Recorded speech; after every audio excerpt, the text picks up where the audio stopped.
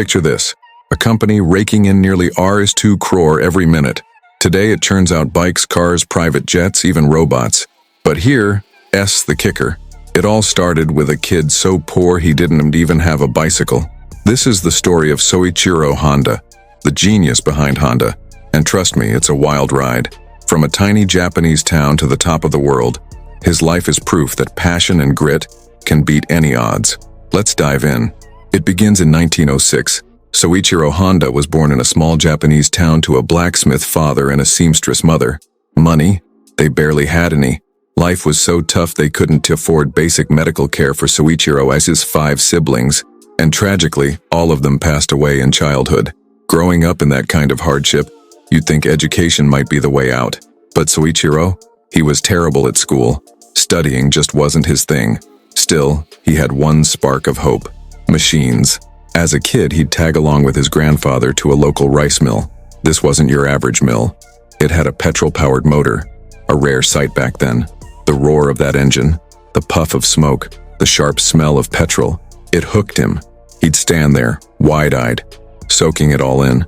That motor wasn't just a machine to him. It was magic. And at 11, something happened that turned that fascination into a lifelong mission. He saw a car for the first time, a real moving car. He was blown away. Without thinking, he chased it down the road. When it stopped, a little petrol leaked out. Soichiro dropped to his knees, smelled it, rubbed it on his hands, and right then, he swore, "One day, I'll build my own car." Fast forward to 1922. Soichiro, now 14, spots an ad in a magazine. A garage in Tokyo called Art Shokai needs workers. For a kid obsessed with engines, this is a dream gig. He applies, gets hired, and drops everything, school, home, all of it, to head to the big city.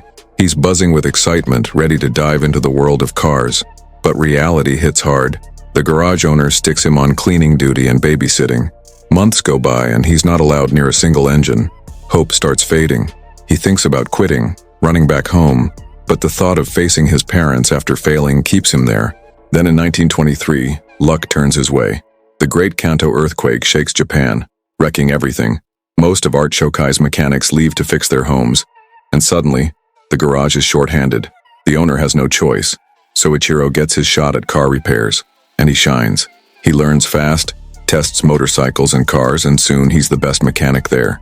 Promotions roll in, and everyone's stunned by this kid's talent. Around this time, motorsports are heating up in Japan.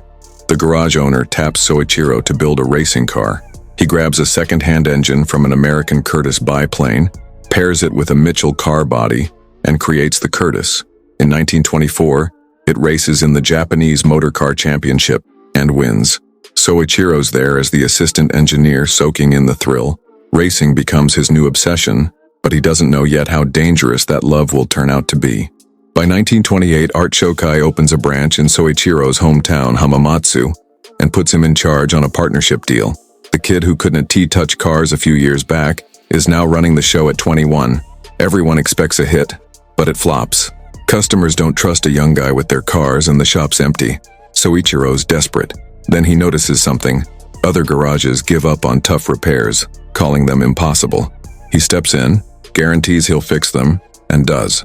Word spreads and his reputation grows. In a few years, the shop's booming. By 1931, at 25, he has pulling in 1,000 yen a month with a team of 50. He has back in racing too, building cars, winning trophies, dreaming of a motorsport career. But then disaster. In July 1936, he's racing, and his car crashes hard. He wakes up in a hospital, his body screaming in pain, face mangled, shoulder dislocated, wrist broken. Racing's over for him.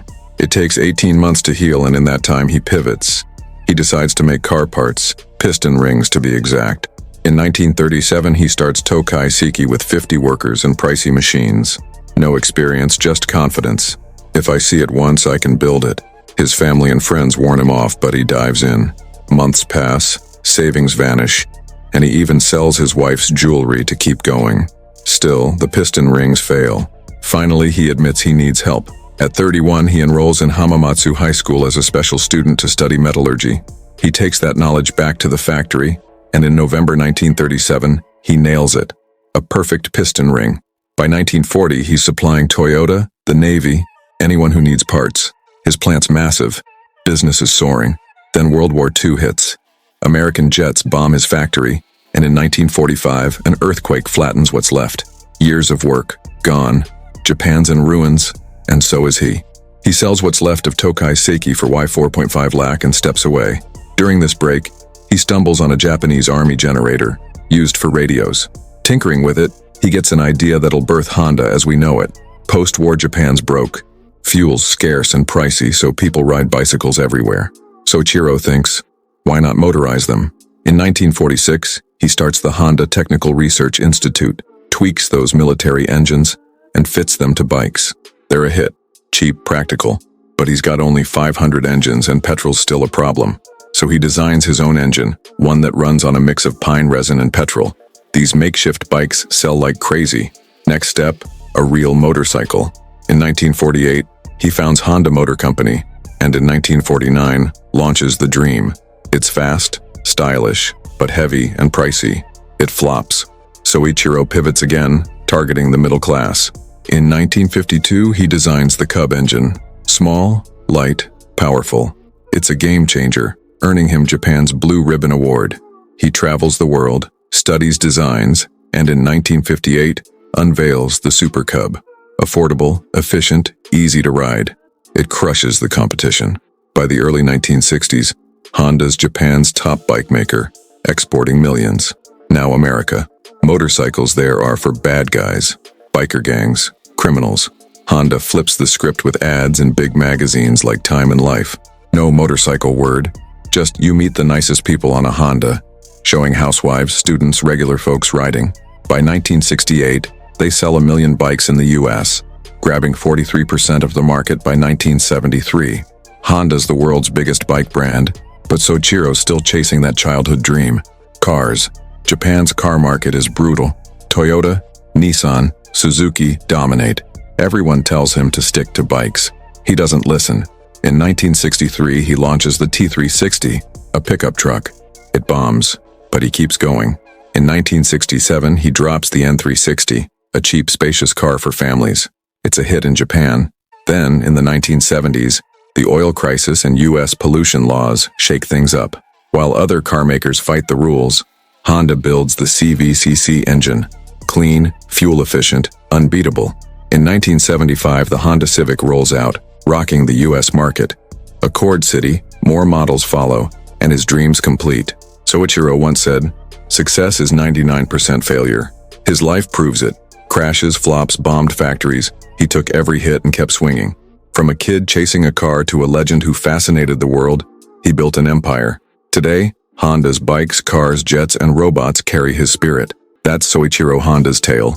Failure, fight, and triumph.